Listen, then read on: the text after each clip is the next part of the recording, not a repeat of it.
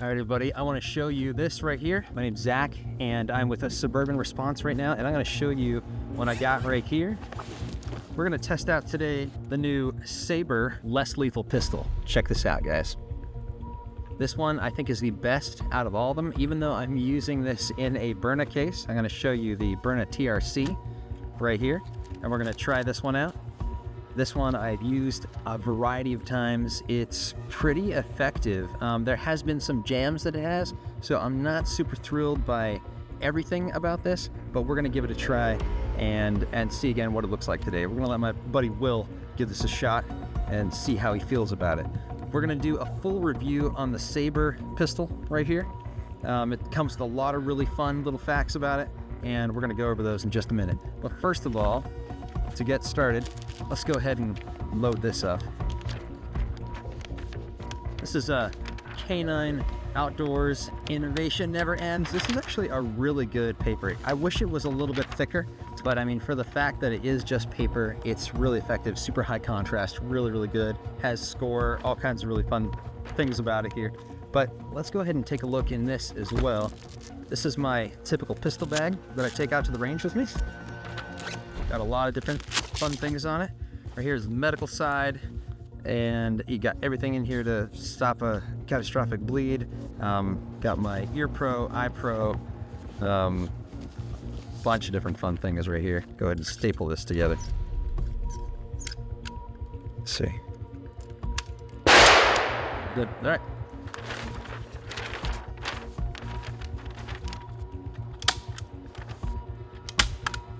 So right now we're out here at the secret shooting location. This is an invite only for very few members in this area out here in North Carolina. Check it out. How's that look? Looking good?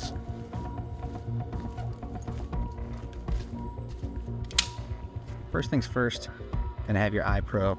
I do have my ear pro. I will point out some of the best features about this right here. Check this out. So the Sabre pistol, it functions very much like your typical pistol right here. You got the release. It's going to drop some of the balls. The type of balls that I put in here, by the way, are aluminum, so they're going to hurt pretty gnarly. These are not the typical ones that it comes with.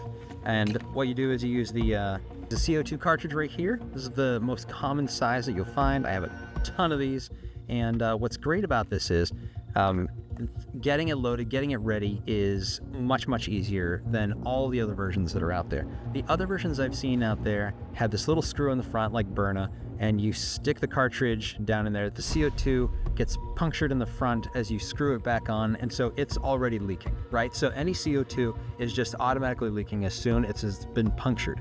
And so once it's punctured and it's leaking, then it's gonna run out. So you can't just leave it like that. You have to immediately start using it. So you're gonna either have one that fails on you, because they're not all made equally, or you're gonna just immediately have to use it in the near future.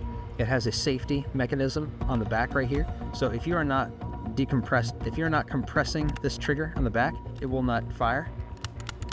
You can hear the difference right there. So this one, what's neat about this is you can load up multiple of these magazines, and then you just twist this when you're ready to go. So let's go ahead and give this a try right now. It is fully loaded. I'm gonna go ahead and twist this up in there. Didn't hear it set up. Not really sure that it's working just yet, but we're gonna go ahead and stick it in there and see how it sounds. So go ahead, take a look at this, guys. I'm gonna aim like so. All right.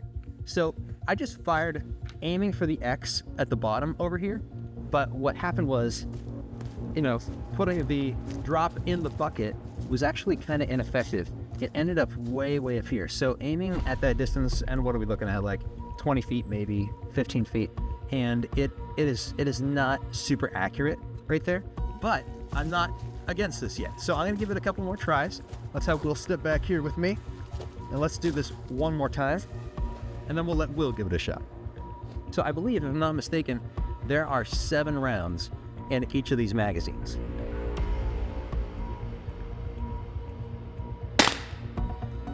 Okay, so yet again, I'm aiming, I'm putting the drop in the bucket as you're supposed to do when you're using the sights, and it is off. It is off pretty gnarly here. This is bad. So, okay, so it started at the top, ended up here. I was still aiming right around this X point, trying to hit that, and I don't know if my aim was off that much right there, could have been, but obviously there's no blowback. This thing feels really safe, really quiet. Now, am I concerned about this? Not really, because there's a couple things going for it. Obviously, we could make adjustments to these sights right here, but it still hit the guy, and it didn't go off center. It stayed in a line. So as long as you're aiming towards the body, you're going to start, again, it's not going to punch holes in anybody. It's going to make them question whether or not they should come forward any further. So, Will, I'm going to go ahead and swap with you right now. Set this down right here. I'm not going to walk in front of it. All right, Will, let's hit it. Now, I am new to these. I have not fired one of these before, so... Okay.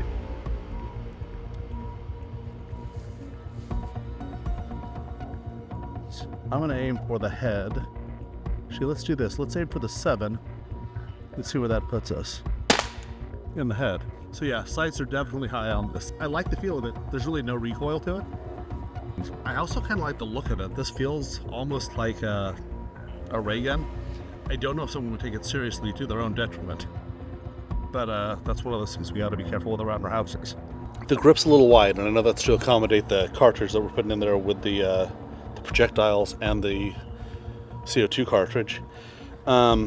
It's thinner. So my wife has wife-size hands. I think that's a good way to say it. She would like that this is thinner this way.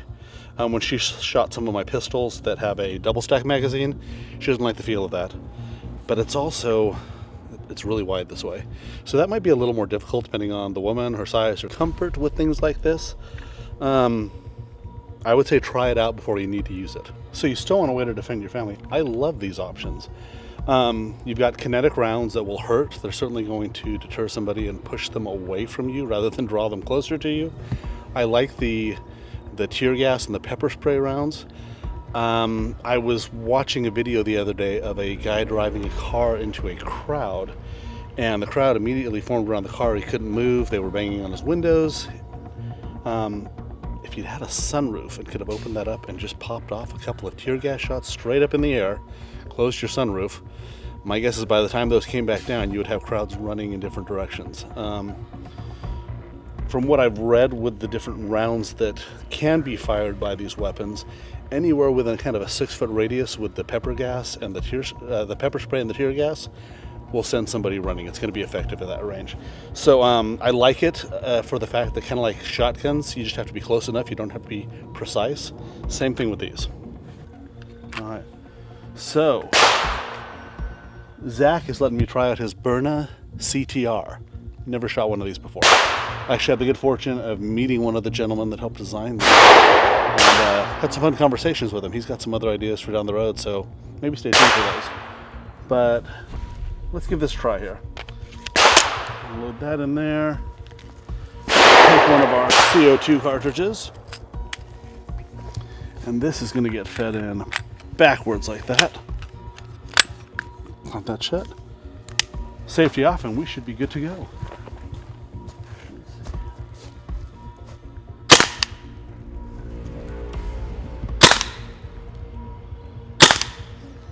So it's shooting a little low, but it's certainly in line.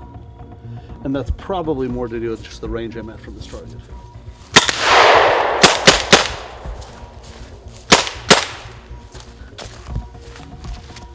He's down. How easy was that? There's no recoil on this thing. Really easy to control. The biggest issue is just going to be with me trying to be as stable as possible, just with my frame. This is a great option if you're interested in something less lethal.